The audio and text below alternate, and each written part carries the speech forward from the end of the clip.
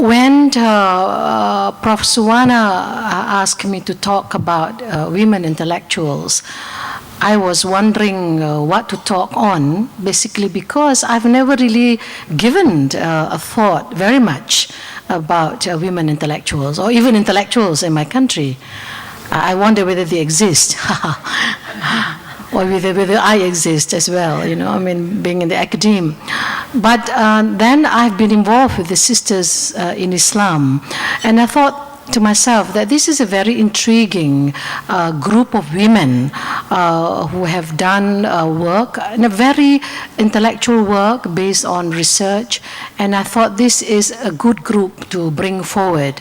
And so I've given it the title of rereading, because that's one of the things they do, is to take the text and to reread, and then to rethink. In other words, to think about how do you bring and make this as part of our ordinary life in the context of a very, very strongly held and controlled religion, in a sense, and how to push boundaries and the kind of strategies that they use and so forth. So I thought this is quite an interesting story to tell. I have a problem. As a lecturer, when I teach, I do not read. I use my PowerPoint and teach, but then I have always been given 2 hours to talk. So I can sort of go here and there, you know, but now I don't really have that much time. So I try to see whether I can talk, look at my PowerPoint, at the same time try to look at the papers. The first, if you look at the symbol here, the word Rahim is an Arabic word, which is at the moment the logo for the Sisters in Islam. And the first line of sentence in Islam, every one of us who are Muslims know that before we do our prayers, before we eat, before we read, before we sleep, we always begin with Bismillahir Rahmanir Rahim, in the name of the God most merciful, most compassionate. So Rahim also actually means the most compassionate, but it also means in our local dialect, our local language, Rahim also refers to the uterus, to the womb of the women. Here comes forth the womb of the women that is full of compassion, that produces hopefully generations of very compassionate intellectual leaders. So it's a very appropriate term, and Rahim actually is a calligraphy done by a women artist in Malaysia by the name of Sharifah Zuria. She's into calligraphic Arabic using Chinese arts. So why sisters? Why am I not talking about Zuraina is an intellect. Now she's here, but you know, of course you met her yesterday. Why am I not talking about one figure? Why am I picking about a Muslim women NGO? Why am I not talking about an academic institution? I think I'm intrigued because here is an NGO, and normally an image of an NGO is one that really does service work, advocacy work on the ground, activism work. But very rarely does NGO being linked to a research work. And also, I'm always intrigued by this word now of what do we mean by intellectuals. So I've decided to pick up this one, and we will therefore explore this. I'm also intrigued because Sisters in Islam really goes against the counter trend of feminism in general, because feminism in general tends to say we should not talk about religion, take it away from us. Let's talk just about secular. Let's talk about rights and human rights in the secular language. Forget about religion, because religion is a very private affair. But in my country, religion is not a private affair. Religion is not about me and God. Religion is about me and God. Religion is about how words of God have been interpreted to become policies and laws, and that affects our life. And how religion has been taken by political powers to be part of political strategy and politicization of religion.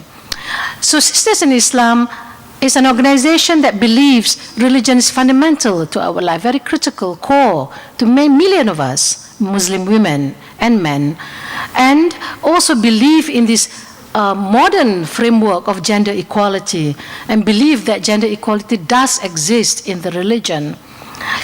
And based on the premise and believe that Islam is a religion of justice, of just. The word adil in Arabic means just. And therefore, we begin with the question of if words of God, interpretation of words of God. Religion is all about interpretation, be it Christianity or Buddhism or whatever. It's this interpretation of words of God that have been turned and formulated into laws or policies in the name of Islam must never, never at the end of the day result in discrimination or injustice or oppression. So in a sense, they talk about substantive equality. Substantive is the outcome of that process. So I'll begin with a bit of a background scenario on the discourse on intellectuals in the country, and then I'll talk very briefly about the growth of sisters and the kind of research that they do and the discourses that they do. I'm going to skip the thing on activities and strategies because I think if you later on get the paper, you can find it in the paper, because mine is a bit long paper. It's about 17 pages of paper. There must be a rambling at night, you know. After the call from Suwana, I rambled and came up with a 17-page paper. And then I want to talk about how Sisters in Islam, a very local organization, managed to trigger a global movement called Musawah, which means equality. And this is real. And I think certain groups of people are frightened to see these women being able to do this. And then I want to highlight cases of two women in the organization, also very interesting. Zainah Anwar, who's a founding executive director, who's not an academician, but very strong academic background, and also a very, very good and astute journalist who writes very, very well. And also Nurani Othman, an academician, a researcher, and she, to me, becomes the academic conscience of the organization, which is an NGO. Okay, let's talk about the intellectual scenario in Malaysia. Where do I want to locate sisters in the Malaysian intellectual landscape? Who are these intellectuals? Who are these women intellectuals? Where are these intellectuals? Can we really see them? Are they so very visible? Are they in the public? Are they in the academe? Because we can categorize intellectuals simply into those intellectuals who are located in the academe. They are in the academia. And people really outside the world of the academe don't really know them very much because the language they speak is the language that only academe understand. So there are intellectuals there. But then I'm much more of groomed to be an activist. I'm an academic activist. My work is grounded very much, like Sisters in Islam, in the daily lives of women. So I believe, like Edward Said, who said that an intellectual really is someone who can generate new knowledge and then use that knowledge to really do something in the society, to transform the society. Otherwise, what is that knowledge for? Just for yourself to get a professorship, which is fine. But it should be beyond that. And I've also am groomed by my own former university. When I was doing my undergraduate in the University of Science during that time, because that time was, student activism. Now, no student activism. Now, silent. Okay. According to Johnson, who has done some work on intellectualism, she said that actually in Malaysia, the discourse on intellectual is actually very, very muted. There, but nobody really knew about it. And she attributed it to various multiple reasons and very complex reasons. And one of them, I think, is strongly linked to the state government, to the government policy. When I use the word state, it means government. You know now I cannot read my paper because I cannot really read my paper. I've got to talk. And what is also interesting, Hamid and Ismail, who are from my university, argued that actually intellectuals are those with contested identity. These are the real intellectuals. The identity as the researcher of that knowledge sometimes can be contested. People may disagree with your opinion, with the way you write. People may disagree with the lens that you use to look at issues. And people may disagree with how you argue your knowledge. It is also, of course, linked to how this knowledge is constructed and produced, and how this knowledge, at the end of the day, is seen by the power. And the power that we can talk about is the power of the state, of the government, because the power of the state determines a lot about how vibrant an intellectual climate can be. Actually, if you look at the history in Malaysia, the word intellectual in Bahasa, intellectual, actually came only after the post-World War. Before the post-World War, there was this elitist group, the royals and so forth, who became educated. So they were the educated groups. The proletariat, the ordinary people, were not in school, they were not educated. It was only after Second World War that we have this famous writer, James Michener, who went to Malaysia, got in touch with our famous journalist, A. Samad Said, who wrote to him, he labeled this A. Samad Said as the new intellectual because of the kind of things that he wrote, what he said, and the kind of discontent that he ended up being in relation to the government. But the government itself never recognized A. Samad Said actually as an intellectual. He was only recognized as a journalist, never as an intellectual.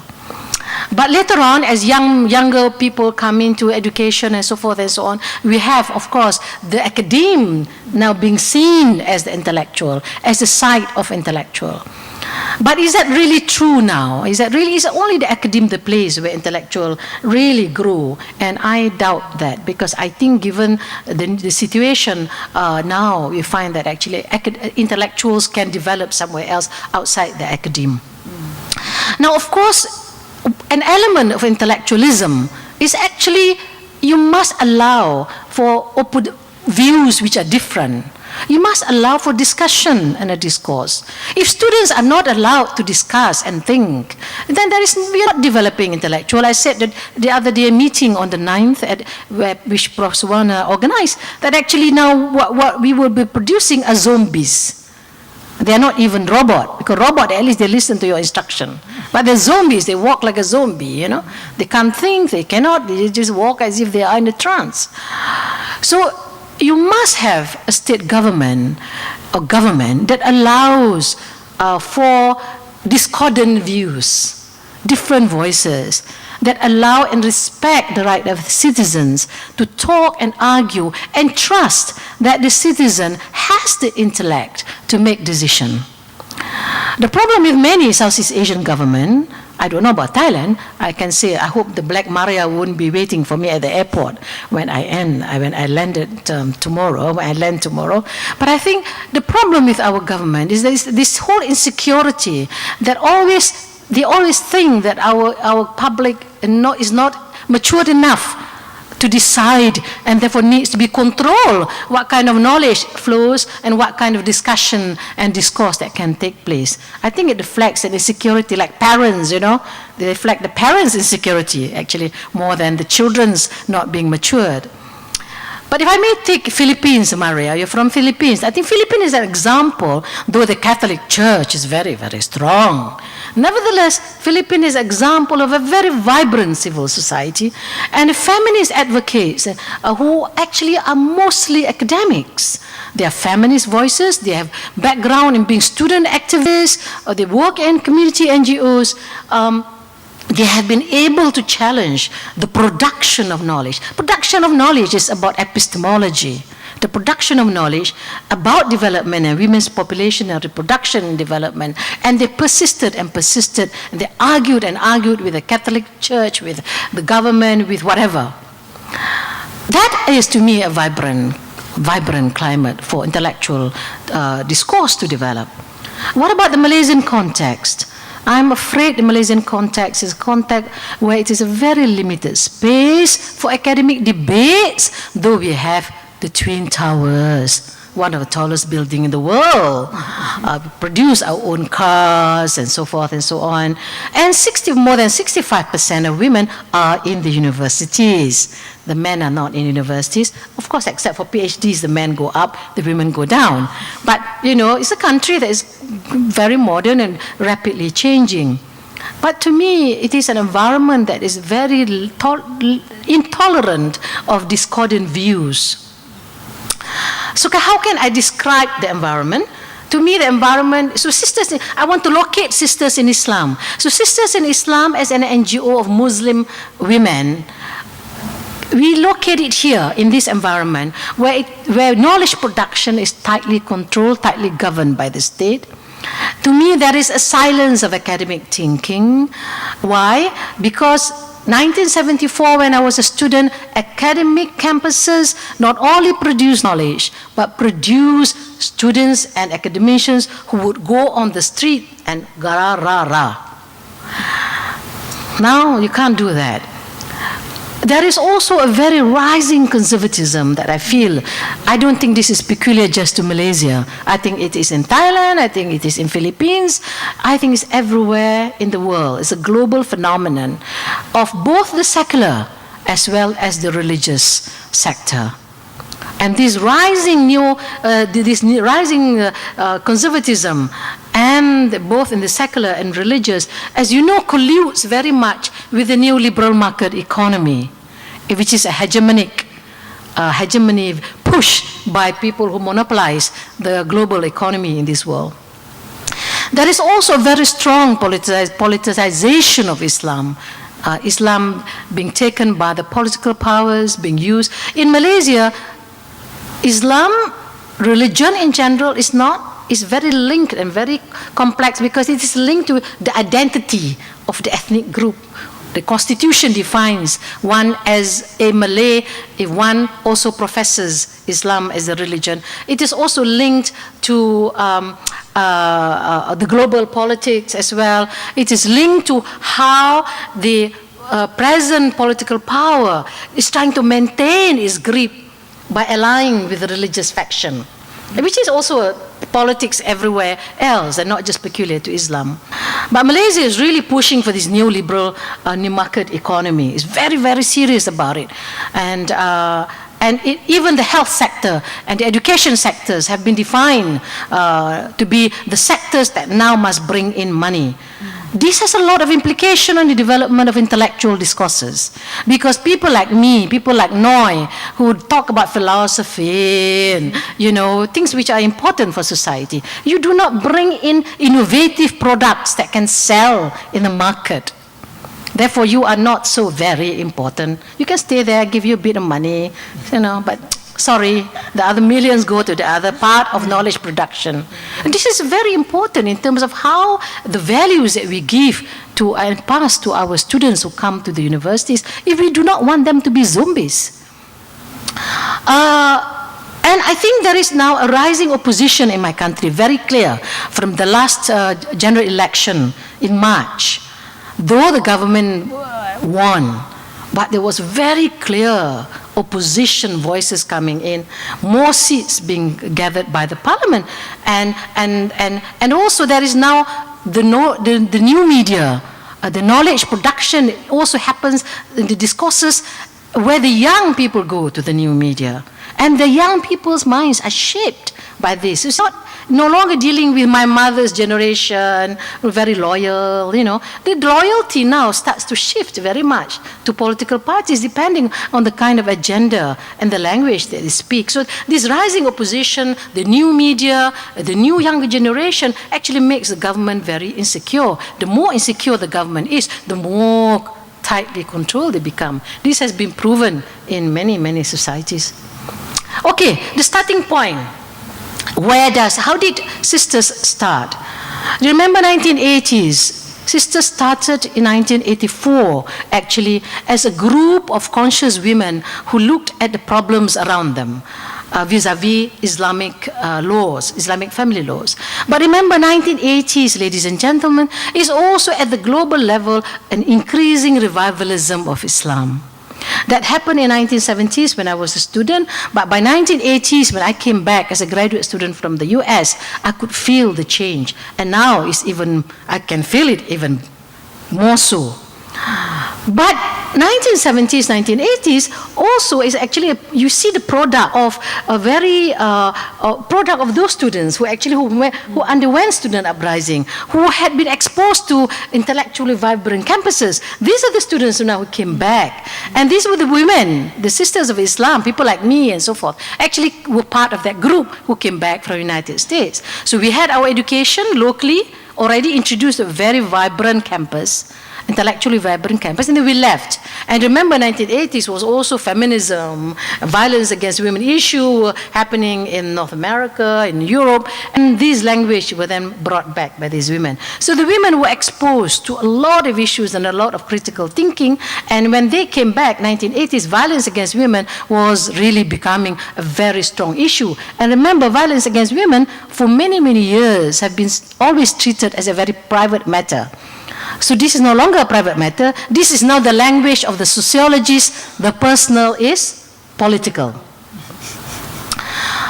So what happened is, given the fact that Malaysia basically has Islam as a very strong, as a religion of the government, though other religions definitely are allowed by the constitution, nevertheless for the Muslim, we have under two laws. One is the civil law, the other one is the Islamic family law, which is of course derived from the text and from the words of the Prophet.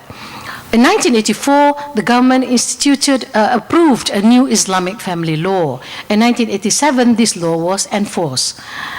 But Muslim women on the ground actually faced a lot of problems through the procedures to get divorce, to get maintenance from children, the issue of violence against women that were not resolved.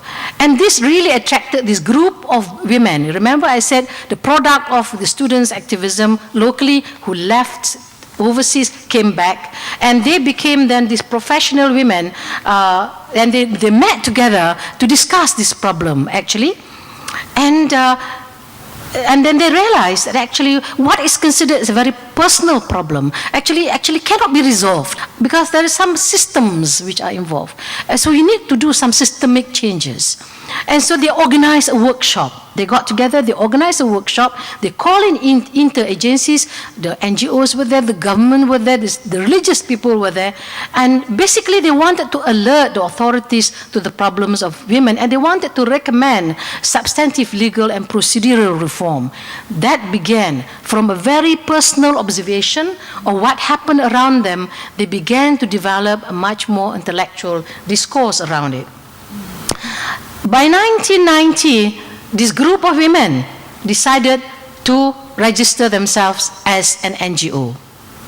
And the mission is to promote an understanding of Islam that recognizes the principles of justice, equality, freedom, and dignity within a democratic nation state. And they began with this very fundamental question, basically a very personal question, but also a very political, very social and political question.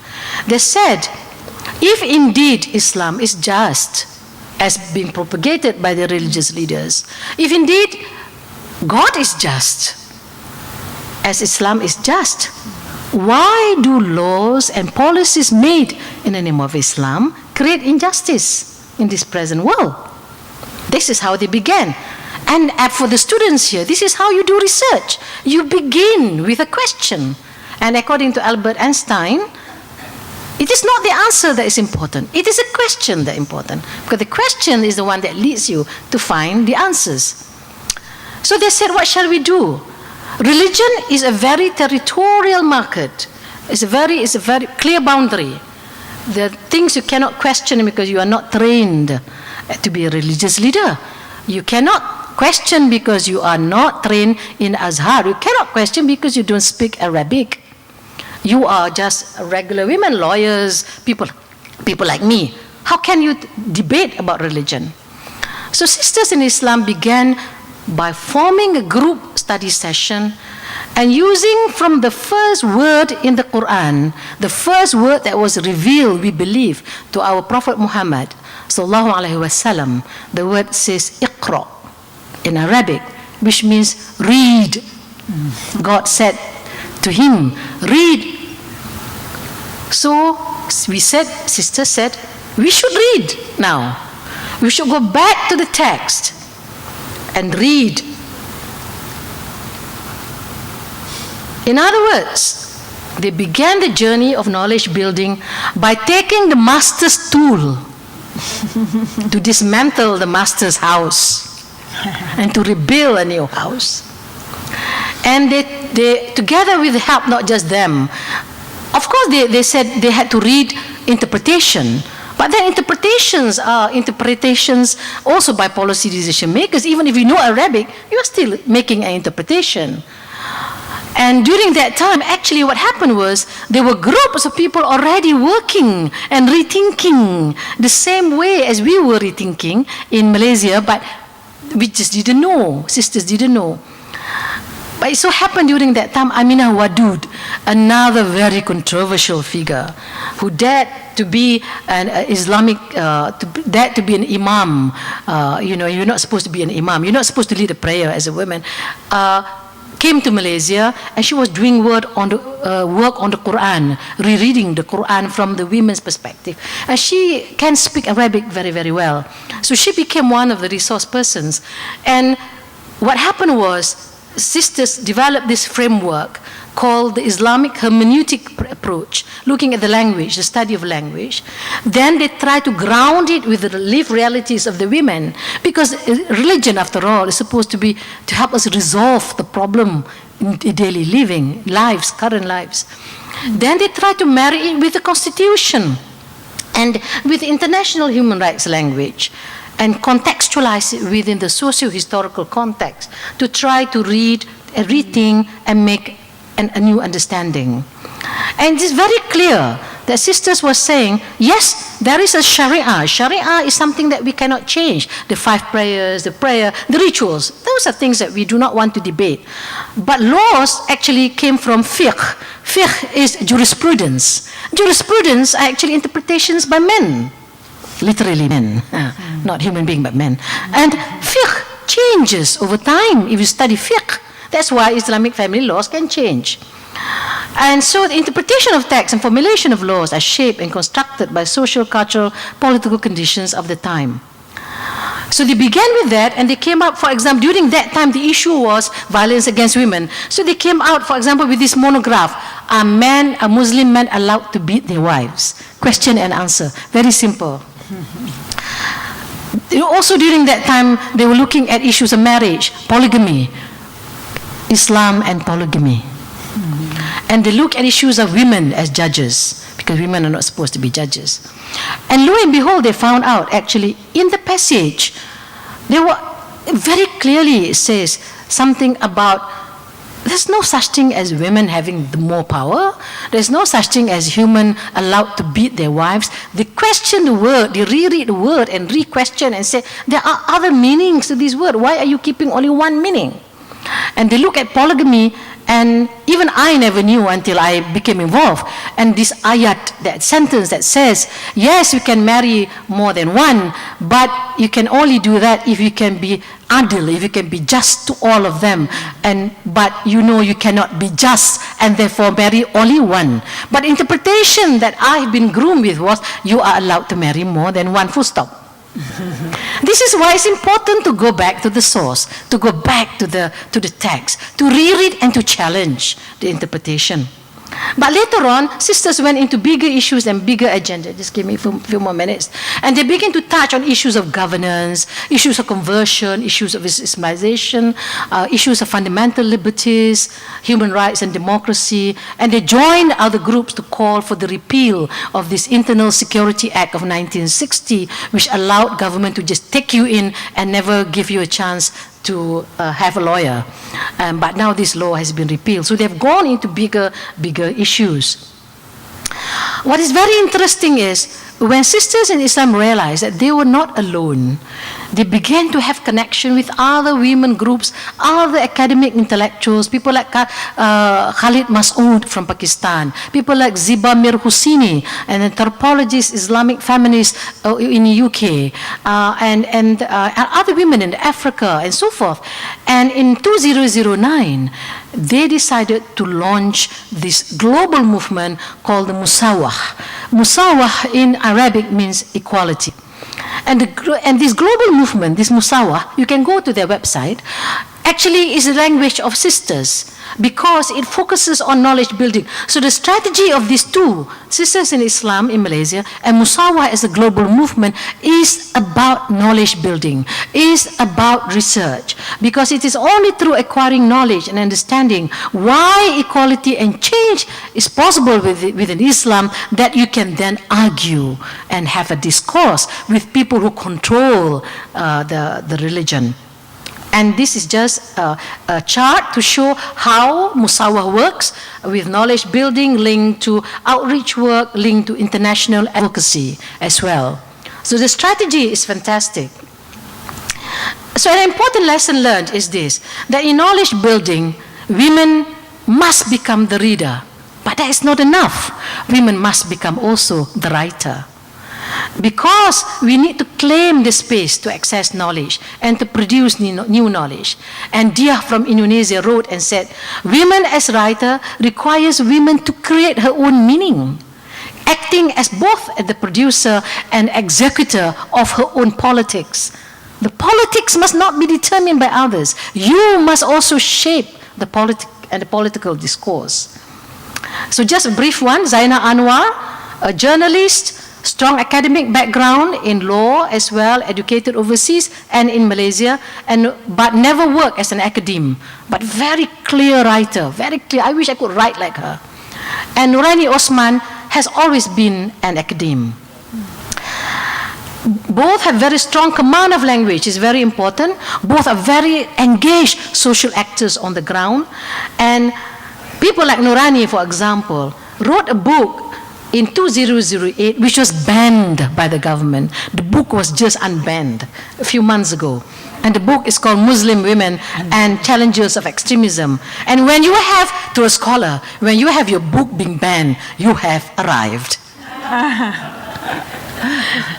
So, sis, in the context of experiences of women intellectuals in Asia, sisters in Islam do not consider themselves as, like in Korea, as theologians, because they don't think they are enough to be theologians. But they are Islamic feminists, and they want to challenge it within the Islamic framework, within the religious framework. And they believe very strongly in this claim, in this need to claim the space for a discourse. So by talking and bringing these issues out into the public sphere, it forces Malaysians, whether you like it or not, to read and to perhaps spark a rethink, to use the tools.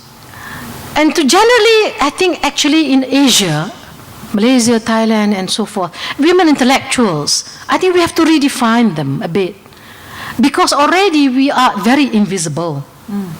And work like NGO like this, that does its work based on research, come up with new knowledge, new paradigm. This is what people like me should be doing. Actually has not been acknowledged by the academia. As Ai Wong said, it's a dearth of academic considerations for sisters in Islam and its work. We need to gather women's perspective for personal histories and struggles to give voice. So I hope this series on women intellectuals that you have started here must continue and should continue. And if the Dean is here, Chulalongkorn policy decision makers are here, I want to say please continue this, because we need these women's perspectives about our histories and our struggles to give voice and understanding to the real world. Then only the world becomes more real and not just the man's world.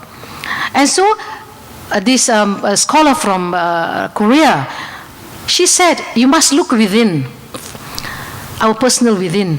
Then we search for the authority within us. Then we start to reinterpret this knowledge and then develop this feminist consciousness and then produce and develop our own knowledge.